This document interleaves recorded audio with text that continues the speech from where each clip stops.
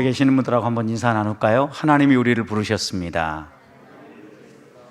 네, 하나님이 우리를 부르셨을 뿐만 아니라 왜 부르셨을까요? 은혜 주시려고. 하나님은 우리에게 은혜 베푸시기를 좋아하시는 분이십니다. 하나님이 우리를 부르실 때에는 부르심의 방법은 다양합니다. 어떤 때에는 직접적으로 말씀하시기도 하고 또 우리의 마음을 움직이기도 하시고 우리 주변에서 일어나는 일들을 통하여서 하나님이 우리에게 말씀하시면서 부르시기도 합니다. 분명한 사실 하나는 하나님이 부르실 때 그 부르심에 응답하며 순종하며 나아가면 꼭 하나님께서 우리에게 은혜를 베푸신다라는 겁니다. 저는 그래서 오늘 이 밤에 함께 나온 우리 성도들이 어떠한 마음으로 하나님이 어떤 방법으로 우리를 부르셨든 함께 모여서 기도할 때 하나님이 약속하신 놀라운 은혜를 맛보고 하나님께만 영광을 돌리는 이 밤이 되시기를 주님의 이름으로 축복합니다. 오늘 우리가 함께 읽은 말씀은 이스라엘 백성이 이제 가나안 땅에 들어가기 위해서 약속의 땅에 들어가서 첫 발을 내딛는 순간입니다. 은혜 가운데 요단강을 건넜습니다. 그것도 평범한 요단강이 아닙니다. 밀을 거두는 시기였기 때문에 요단강 뚝 곳곳에서 물이 흘러 넘치던 시기였습니다. 누가 봐도 저 요단강 그냥 건너가기 힘들다 이렇게 생각되어지는 때였습니다. 그렇지만 하나님의 말씀에 순종할 때 하나님은 요단강 물을 갈라주셨습니다. 홍해를 갈랐던 것처럼요. 홍해를 가르고 광야에서 40년을 지내는 동안 하나님이 이들을 책임지고 이스라엘 백성들을 먹여주실 뿐만 아니라 어디로 가야 될지 그들의 삶을 한 발 한 발 인도해 주지 않았습니까? 요단강을 건널 때 하나님이 또 요단강을 열어서 건너게 해주셨습니다. 그러면 요단강 이후에 건너가는 길도 어떻게 하시겠다라는 겁니까? 광야 길을 인도하신 것처럼 하나님이 인도하시겠다라는 거예요. 여러분, 그런데 하나님이 인도하시는 손길을 보십시오. 참 재미있습니다. 우리가 어떤 일을 할 때 우리는 힘들고 어려운 일부터 하기보다는 좀 내가 할 수 있는 일을 먼저 선택해 가지고 이걸 하나하나씩 하면서 어느 정도 익숙해지고 또 그 다음에 자신감도 생기면 그 다음 좀 더 큰 일도 하고 좀 더 어려운 일들도 합니다. 여러분, 그런데 하나님은 요단강을 건너게 하시고 여리고 성에 첫 번째 맞닥뜨리게 했습니다. 여리고 성은 가로 세로 이렇게 따지면 뭐 애매하니까 그냥 길이는 100m, 폭은 200m였어요. 그 당시 도시국가로 놓고 본다고 하면 뭐 중간 정도 크기의 도시국가 이렇게 말할 수 있는 정도의 크기입니다. 그 성 안에는 약 2,000명 정도 주민이 살고 있었고 성보다는 성벽 위 그리고 성 주위에 더 많은 사람이 살고 있었다는 겁니다. 분명한 거 하나는 성벽 두께가 보통 성벽보다 더 두껍게 건축되어져서 그 당시 여리고 성은 일반 사람들이 보기에는 난공불락의 성으로 보였다라는 겁니다. 여러분, 여리고 성을 맞닥뜨리게 한 이유가 무엇일까요? 요단강을 건너고 가나안 땅 정복에 가는데 이스라엘 백성에게 좀 더 쉬운 성을 만나게 해주셨어야 되잖아요. 반대로. 왜냐하면 들어가는 길이 여리고를 처음 만난다면 여리고 먼저 만나게 하지 말고 다른 쪽으로 돌아가게 해서라도 좀 더 쉬운 성에 전쟁의 경력도 쌓고 힘도 좀 생기고 자신감도 만들어서 싸우게 해야 되잖아요. 여러분, 그런데 하나님은 요단강 건너자 말자 정말 거대한 장애물을 만나게 한 겁니다. 이들은 가데스 바네아에서 실패했던 경험이 있습니다. 어떤 실패를 했습니까? 가나안 땅을 정탐했는데 정말 좋은 땅이라는 걸 확인했습니다. 그런데 그 안에 사는 사람이 어떤 사람입니까? 자신들하고는 비교도 되지 않는 체격, 그리고 탁월한 무기, 그리고 그들만의 요새를 가지고 있다라는 걸 이들은 확인했어요. 그때도 어땠습니까, 여러분? 하나님이 분명히 주신다고 얘기했지만 가서 딱 보니까 우리는 그들 앞에 메뚜기처럼 보였다라는 거죠. 한 번 실패했잖아요. 그럼 두 번째 하나님이 돌아서 다른 데로 지금 가데스 바네아가 아니라, 가데스 바네아는 남쪽 광야에서 가나안 땅으로 올라가는 길이잖아요. 근데 하나님은 요단강 동쪽으로 이동시켜 가지고 지금 요단강을 건너서 여리고로 허리를 치고 들어가게 만드신 거예요. 허리를 치고 들어가게 한다면 새로운 전략이니까 좀 더 쉬운 대상을 만나게 했으면 좋을 텐데 하나님 그렇게 하지 아니하고 첫 싸움을 정말 어려운 상대를 만나게 하셨다라는 겁니다. 하나님의 인도하심이 이렇다면 이유가 있을 거 아닙니까? 뭘 하나님은 말씀하시려고 제일 먼저 여리고부터 만나게 하셨을까요? 무엇보다 하나님이 이런 난공불락의 성을 만나게 한 것은 이들이 이제까지 광야를 통하여서 지난 40년 동안 훈련하고 요단강을 건너면서 하나님을 붙잡았던 그 믿음을 한 번 더 점검할 수 있도록 첫 성을, 어려운 성을 만나게 하셨다라는 겁니다. 그리고 첫 성을, 어려운 성을 만나게 함으로 이것은 너희가 훈련하고 너희가 실력을 쌓고 너희의 힘으로 싸우며 정복해 가는 게 아니라, 너희가 봐도 그렇지 너희하고 저들은 상대가 되지 않잖아. 그런데 내가 너희를 위해 싸워주겠다라는 하나님의 분명한 말씀을 주시려고 제일 먼저 여리고를 만나게 하셨다라는 겁니다. 여러분 생각해 보십시오. 우리가 가양동에서 정리하고 이 신정동으로 올 때, 야, 이 예배당 정말 우리가 매입해서 잘 고쳐서 우리 예배당으로 쓸 수 있을까? 약간 이런 고민이 되지 않았습니까? 여러분, 그런데 저는 하나님께서 그 일을 통하여서도 분명히 우리에게 한 가지 확인하신 것은 우리가 하나님을 의지하는지, 우리가 가진 것을 의지하는지를 스스로 돌아보게 하셨다라고 합니다. 하나님을 붙잡고 하나님을 의지할 때 하나님은 하나님의 방법으로 공급하신다라는 것을 오늘까지도 우리가 경험하며 여기까지 오지 않았습니까? 정말 놀라운 일은, 여러분, 우리 통장에 잔고가 없다고 하니까 하나님이 그 통장을 채워주시더라는 거죠.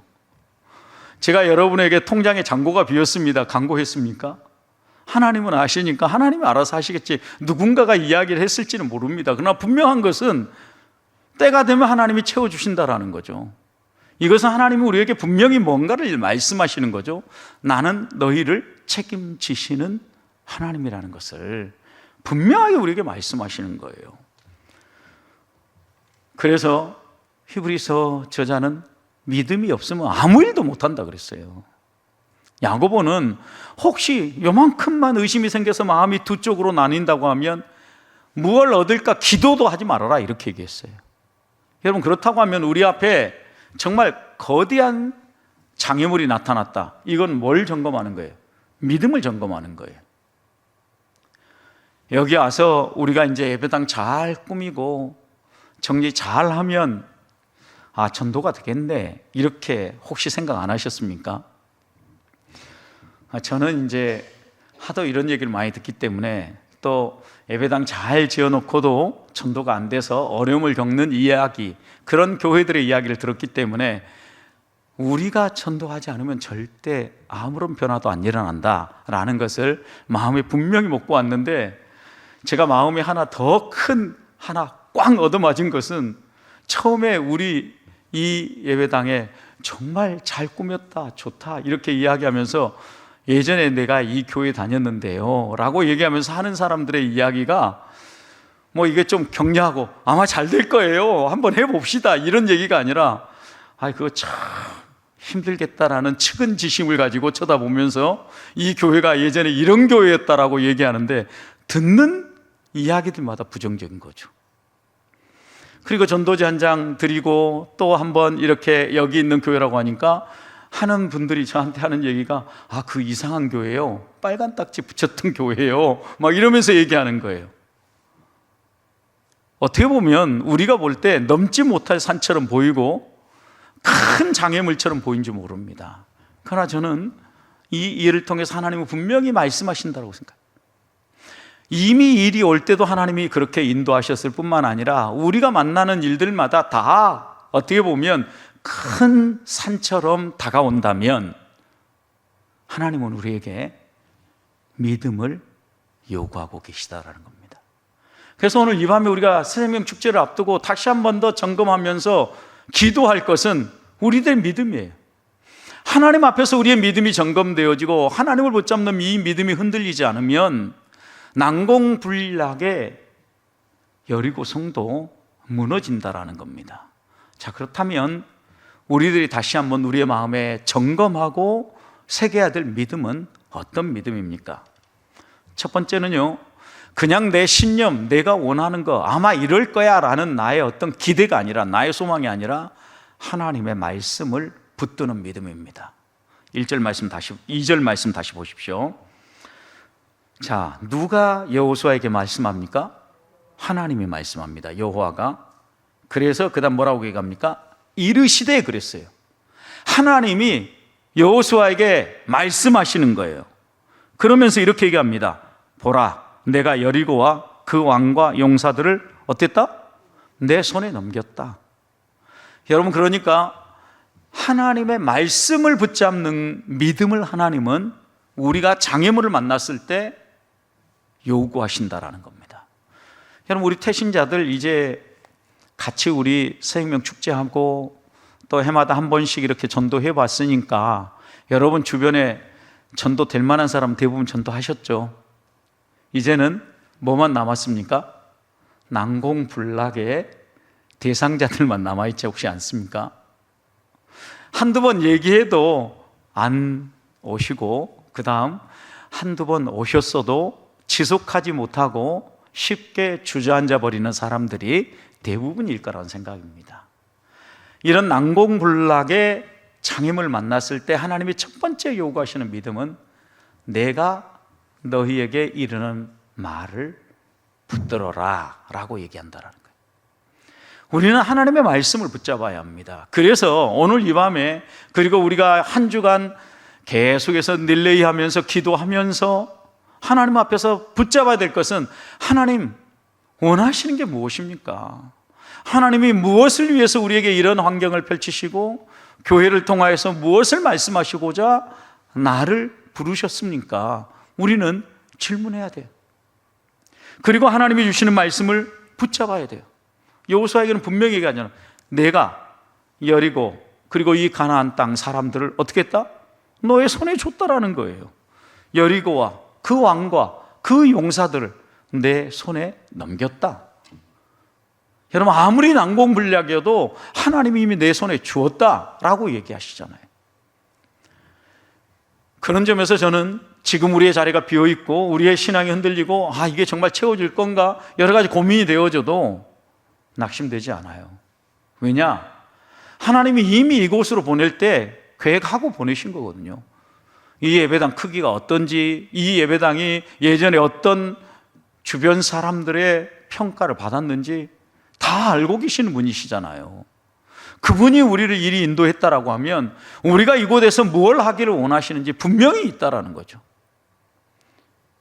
오늘 또 우리 교회 예배당 앞에서 아이들 하교할 때 안내하시는 할머니가, 나이 드신 어른들이 하교할 때는 이렇게 안내하잖아요. 큰 포도를 몇 송이 들고 오셨어요. 그러면서 우리 여기 안내하고 할 때 시원한 커피도 주시고 여러 가지 주셨는데 감사하다고. 여러분, 그러니까 아주 부정적인 이야기를 하는 사람만 있는 게 아니라 우리가 사랑을 베풀고 우리가 그들에게 다가가면 이들도 어떻게 한다는 겁니까? 마음을 열고 다가온다라는 거예요. 여러분, 이 말씀은 다른 말로 표현하면 우리들이 사랑을 베풀고 흔들리지 않고 믿음을 붙잡고 하나님의 말씀을 붙잡고 사랑을 베풀면 그 사랑은 반드시 어떤다? 열매를 맺는다는 거예요. 이게 하나님이 하시는 일이라는 거예요. 저는 이번 새생명 축제를 하면서 또 우리가 함께 이렇게 기도하면서 우리의 삶에 어떤 크고 놀라운 넘지 못할 장애물을 만난다 할지라도 낙심하지 말고 하나님 말씀 붙들자라는 거예요. 말씀을 붙들면 그 말씀이 우리에게 담대함도 주고요, 그 말씀이 우리가 주저앉으려고 하면 일어나라고 격려도 해주고요, 그 말씀이 우리가 가야 될 방향도 분명하게 가르쳐 주신다라는 겁니다. 저는 이 밤에 아직 하나님 우리에게 주시는 말씀이 없다면 먼저 약속의 말씀을 구합시다. 그리고 하나님이 내게 주시는 말씀이 있었고 그 말씀 붙잡고 왔다고 하면 그 다음은 우리가 흔들리지 아니하고 그 말씀에 의지해서 기도하는 겁니다. 기도하면 하나님이 이루십니다. 하나님은 약속하신 것을 깨뜨리지 않습니다. 하나님은 이미 이스라엘 백성은 보지 못했지만 여리고 성 안의 사람들의 마음을 만지고 계셨습니다.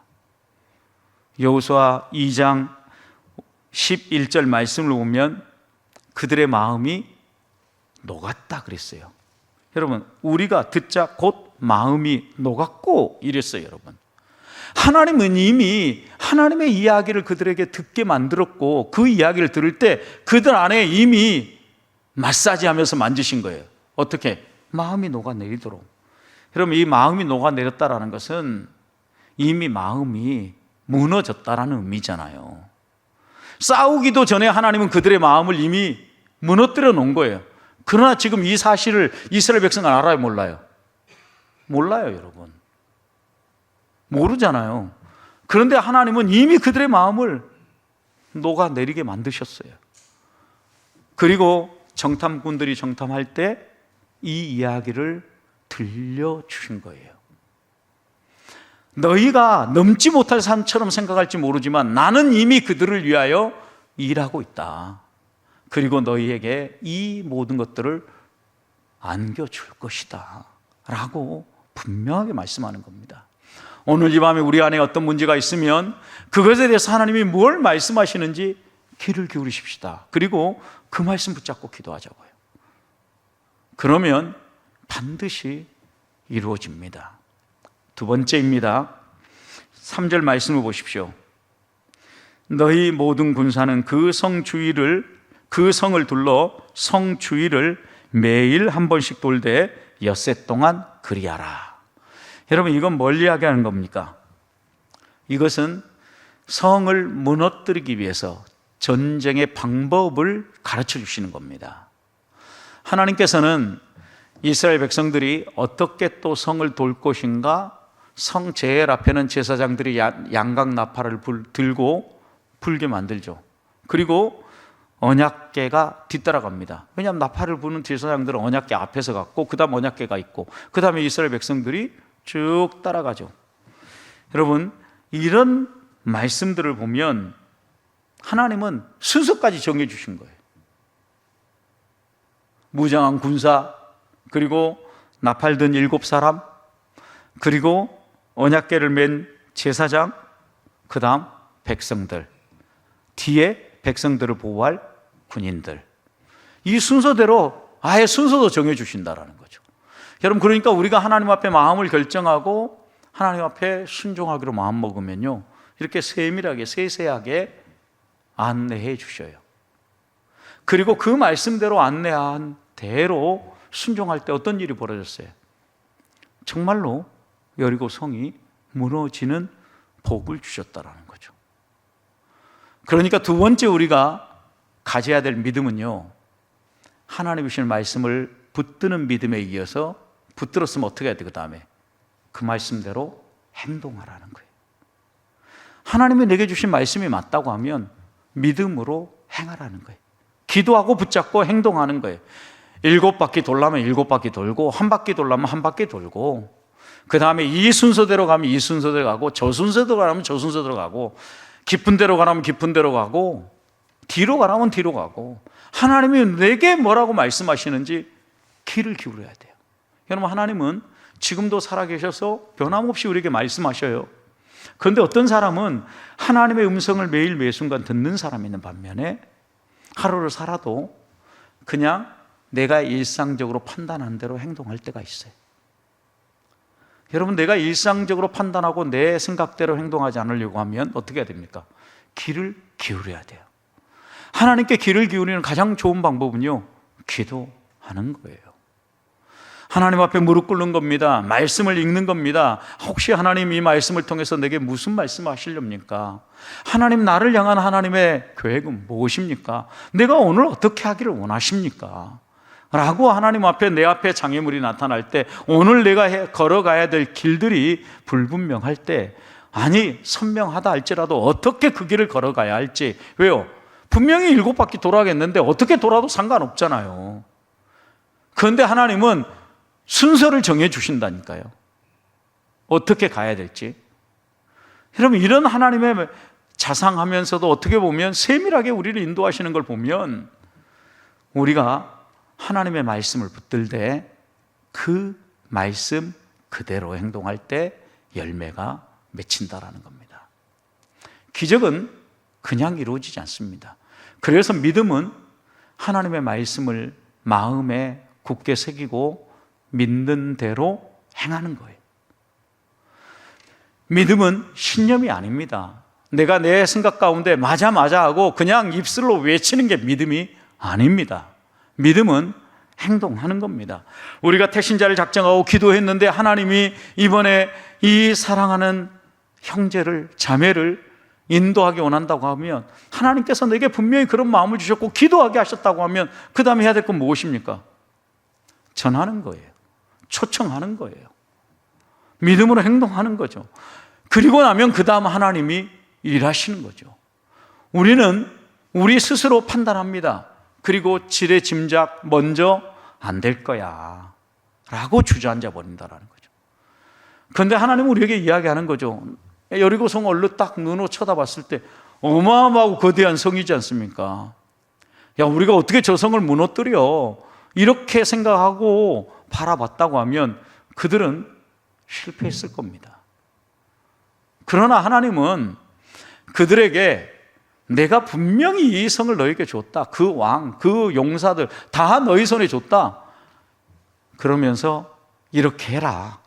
그러면 무너질 것이다 라고 분명하게 말씀을 주셨단 말이죠. 그리고 그 말씀대로 행동할 때 말씀하신 대로 이루어 주셨다는 말씀입니다.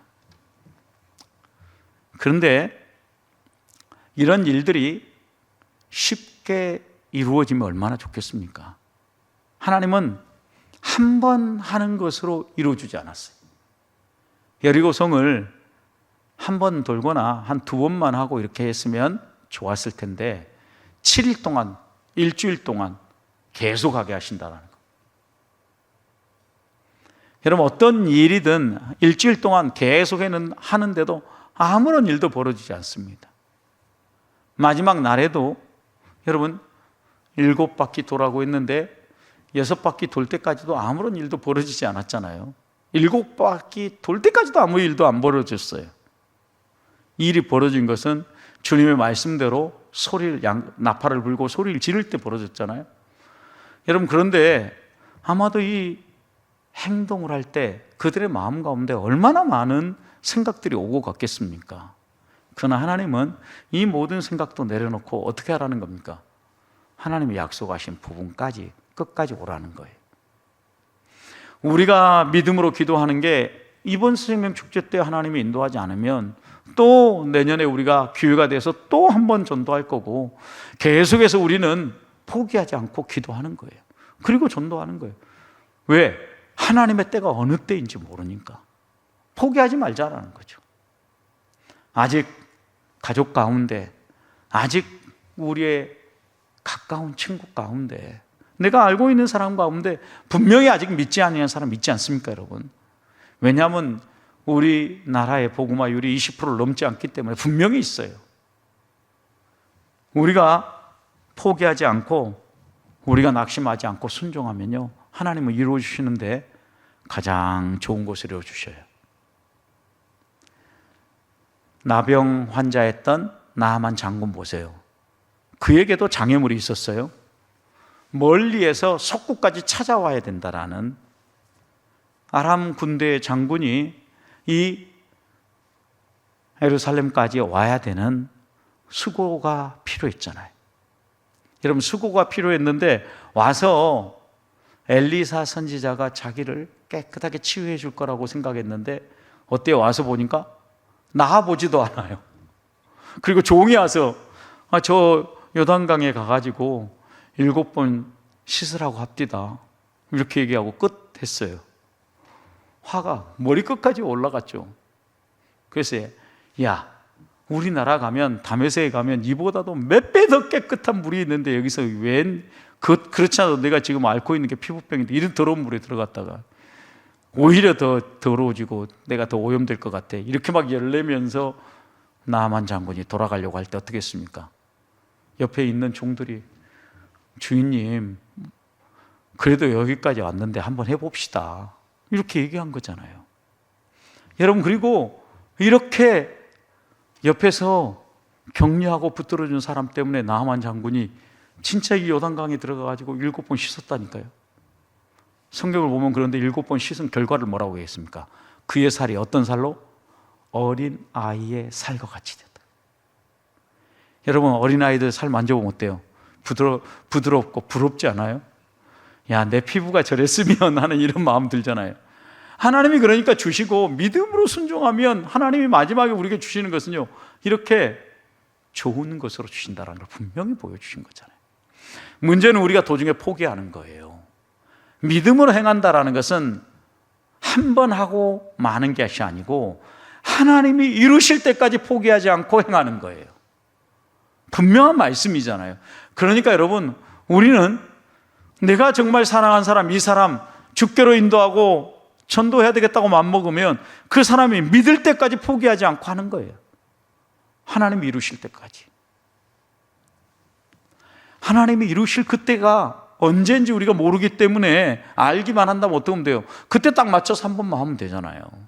그러나 하나님 그거 알려주시 않으신 것은 우리로 하여금 하나님을 끝까지 신뢰하고 따르는 믿음을 가지고 있는지 확인하시는 거예요.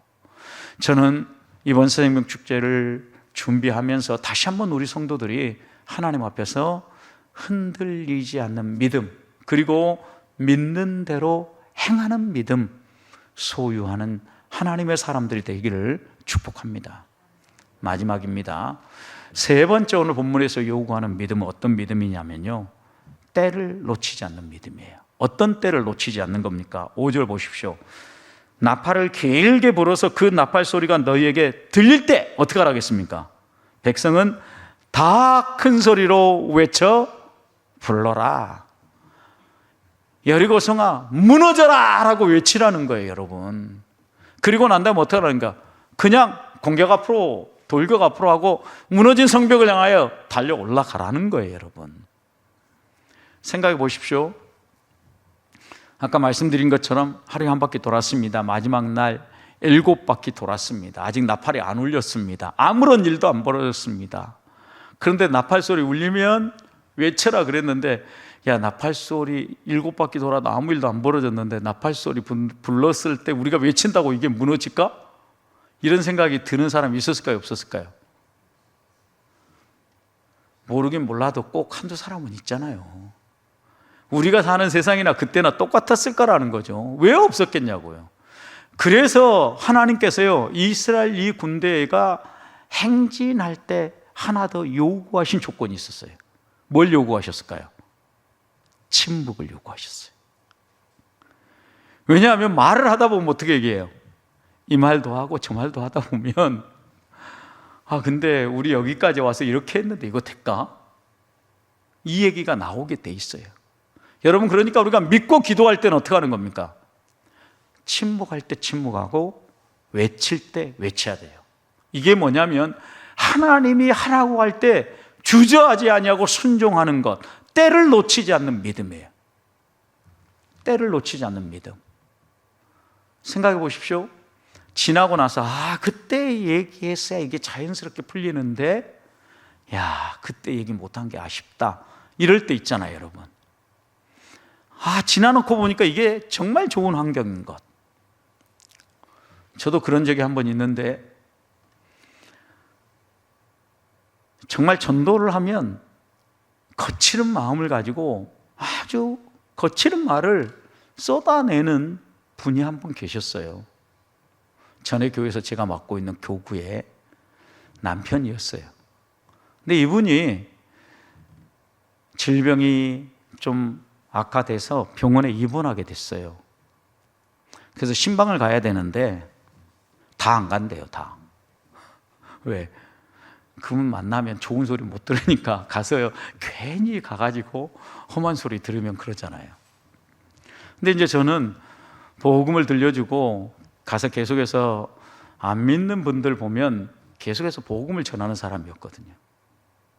신방 가면 항상 복음을 전하고 있는데 그분도 만나면 제가 복음을 전할 거라고 분명히 다른 사람들이 다 생각하고 그 아내도 그렇게 생각한 것 같아요.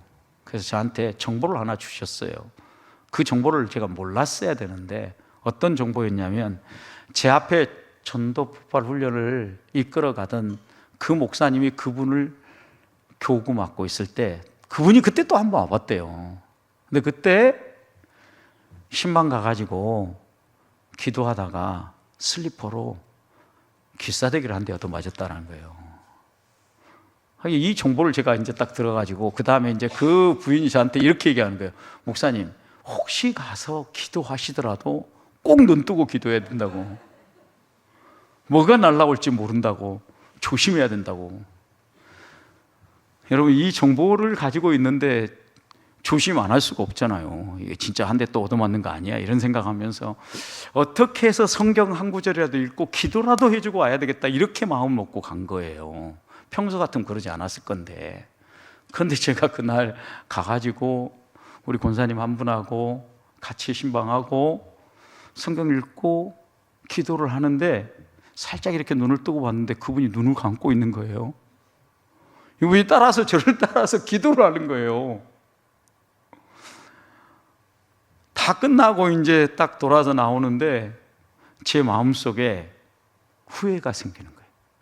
야, 이분 마음을 하나님 만져서 준비해 놨는데 내가 평소에 언제든지 복음을 전하고 안 믿는 사람이라면 그 사람을 한 번이라도 복음을 듣게 해주고자 했던 그 열정은 어디 가고 슬리퍼로 한 대 얻어맞을 것 걱정하면서 겨우 그것도 눈 떠가면서 기도하면서 눈 뜨고 기도해도 아무런 문제는 안 돼요, 여러분. 왜? 이스라엘 백성들은 눈 뜨고 하늘을 바라보면서 기도했으니까 하나님을 바라보는 우리의 마음이 흔들리지 않는 것이 중요한데 저는 하나님을 바라본 게 아니라 저분의 슬리퍼가 날라오는가 이걸 보면서 기도했다는 게 너무 가슴 아픈 거예요. 그때 제가 지금 웃으면서 얘기하는데 그때 나오면서 마음은 찢어지는 고통이 있었어요. 여러분, 이게 때를 놓치지 않는다는 의미예요. 여러분, 그런데 하나님은 한 번 구원하기로 작정한 사람은요 언젠가는 반드시 누구를 통해서 구원해요. 그분이 복음을 듣고 믿고 돌아가셨어요. 중요한 것은 다시 제가 워낙 그 교회 오래 있다 보니까 교구를 2번씩 안 돌아가는데 제가 또 그분을 교구를 맡을 때 이대 모통병원에서 장례식을 치른 거예요. 제가 장례식을 치렀는데 누가 와서 이렇게 복음을 전하고 믿었습니다, 목사님. 믿고 돌아가셨으니까 그렇게 알고 장례식 치러 주십시오. 이렇게 얘기하신 거예요. 어떻게 보면 하나님의 때는 준비되어 있을 수 있어요. 그런데 더 하나님 앞에 긴 시간 그리고 더 잘 믿고 준비된 상태로 하나님 앞에 갈 수도 있었겠다라는 후회감이 들었던 대상자였습니다. 여러분 생각해 보십시오. 우리는 언제인지 몰라요. 그런데 생각해 보십시오. 한번 얻어맞아도 좋고 그 다음 때로는 험한 말을 들어도 좋고 나한테 이런 말 하지 마십시오 하는 얘기 좀 들어도 좋아요. 문제는 무례하지 않게 내가 만난 그 예수님이 너무 좋아요 라는 이 이야기를 우리가 주저 말고 하자는 거예요. 여러분, 이것이 하나님이 어떻게 보면 오늘 우리들에게 원하는 거예요. 몇 사람이 오느냐 이게 중요하지 않아요, 여러분. 문제는 나의 관심사가 바뀌고 내 마음이 변하는 걸 하나님이 원하시는 거예요. 하나님은 나를 변화시키고 나를 일으키고 나를 세우기 위해서 내 앞에 다양한 일들을 준비하신다라는 거예요.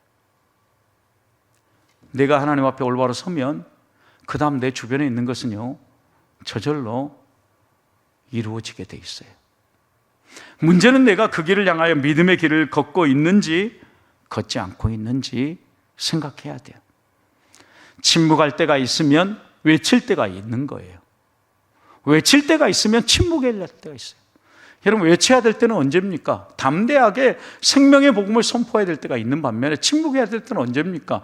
절제해야 될 때가 있다라는 거예요. 여러분, 그런데 절제해야 될 때 막 얘기해 보십시오. 그러면 상대방이 완전히 문을 닫아버려요. 그 때를 우리가 하나님 앞에 알게 해달라고 기도하고, 하나님 때를 줬을 때 놓치지 않고 하나님 앞에서 생명의 복음을 대언할 수 있도록 도와주시옵소서. 이렇게 기도하면서 나아가십시다. 말씀을 마무리합니다. 하나님 우리에게 난공불락의 장애물을 주시는 것은 이유가 있습니다. 말씀을 붙잡으라는 이야기입니다. 말씀을 붙잡았으면 그 말씀이 교훈하는 대로 살라는 교훈입니다. 하나님의 말씀대로 살면서 그 다음 때를 분별하라는 거예요. 침묵할 때와 외쳐야 될 때, 심을 때와 거둘 때, 사랑으로 섬겨야 될 때와 돌아봐야 될 때, 그때가 언제인지를 살피면서 믿음의 발걸음을 내디디라는 겁니다. 그러면 모든 사람이 보기에도 저건 안 무너져, 이렇게 생각하는 일이라 할지라도 하나님이 반드시 행하신다라는 것 믿고, 그 믿음 흐트리지 아니하고 이번 새생명 축제를 맞이하고 또 새생명 축제를 위해서 기도하고 하나님 앞으로 한 발 더 가까이 나아가는 믿음의 사람들이 되시기를 주님의 이름으로 축복합니다.